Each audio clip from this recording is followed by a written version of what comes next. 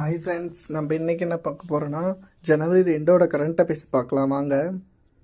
தமிழ்நாடு ஓய்வூதிய குழு அறிக்கை அப்படிங்கிறது என்னென்னா 3 உறுப்பினர் கொண்ட ஓய்வூதிய குழு இறுதி அறிக்கை அப்படின்னு சொல்லி சென்னை தமிழக அரசு சமர்த்திருச்சு.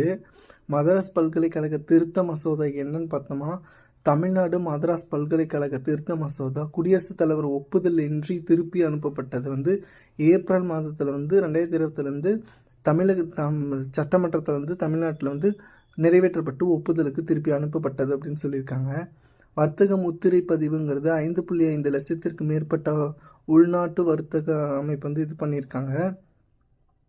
அடுத்தது 8வது மத்திய ஊதிய ஆணையம் என்னன்னு பார்த்தோமா, 8வது ஆணையம் 2025 நவம்பர் மாதத்தில் இந்திய அரசால் இது அறிவிக்கப்பட்டிருக்கு அப்படின்னு சொல்லியிருக்காங்க. சாலைகளின் பாதுகாப்பு கட்டுமானத்திற்கான தரநிலைகள் அப்படின்னு சொல்லிட்டு அதுக்கான சோதனை மையம் தேசிய நெடுஞ்சாலை ஆணையத்துடன் ஒரு ஒப்பந்தம் கையெழுத்திட்டிருக்காங்க. 2200 ஆண்டுகள் பழமையான சீன நெடுஞ்சாலை பேரரசர் ஹி ஹரிவாங்கால் கட்டப்பட்டது 90 கிலோமீட்டர் தொலைவான நெடுஞ்சாலை கண்டறிந்தவங்க.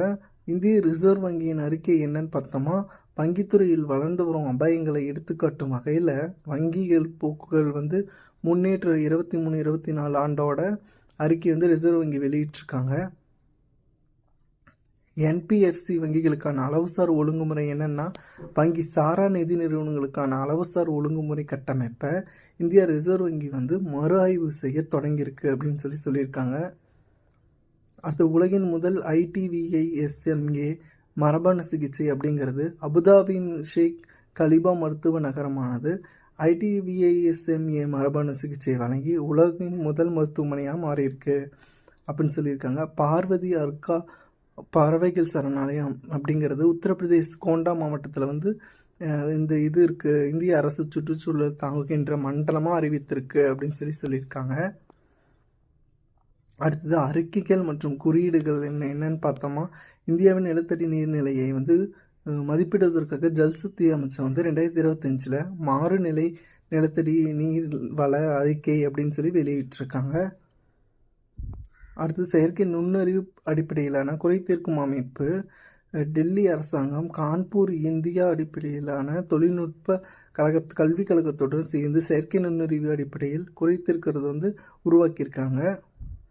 அது மின்சார வேளாண் டிராக்டர்களுக்கான இந்திய தரநிலை அப்படின்னு சொல்லிட்டு மத்திய நுகர்வோர் விவகாரங்கள் அதுக்கான வாகன இழுவை சோதனை குறியீடு வெளியிட்டிருக்காங்க. ஓகே ஃப்ரெண்ட்ஸ், இது மாதிரி வீடியோ நம்ம சேனலை சப்ஸ்கிரைப் பண்ணிக்கோங்க, லைக் பண்ணுங்கள், ஷேர் பண்ணுங்கள், கமெண்ட் பண்ணுங்கள்.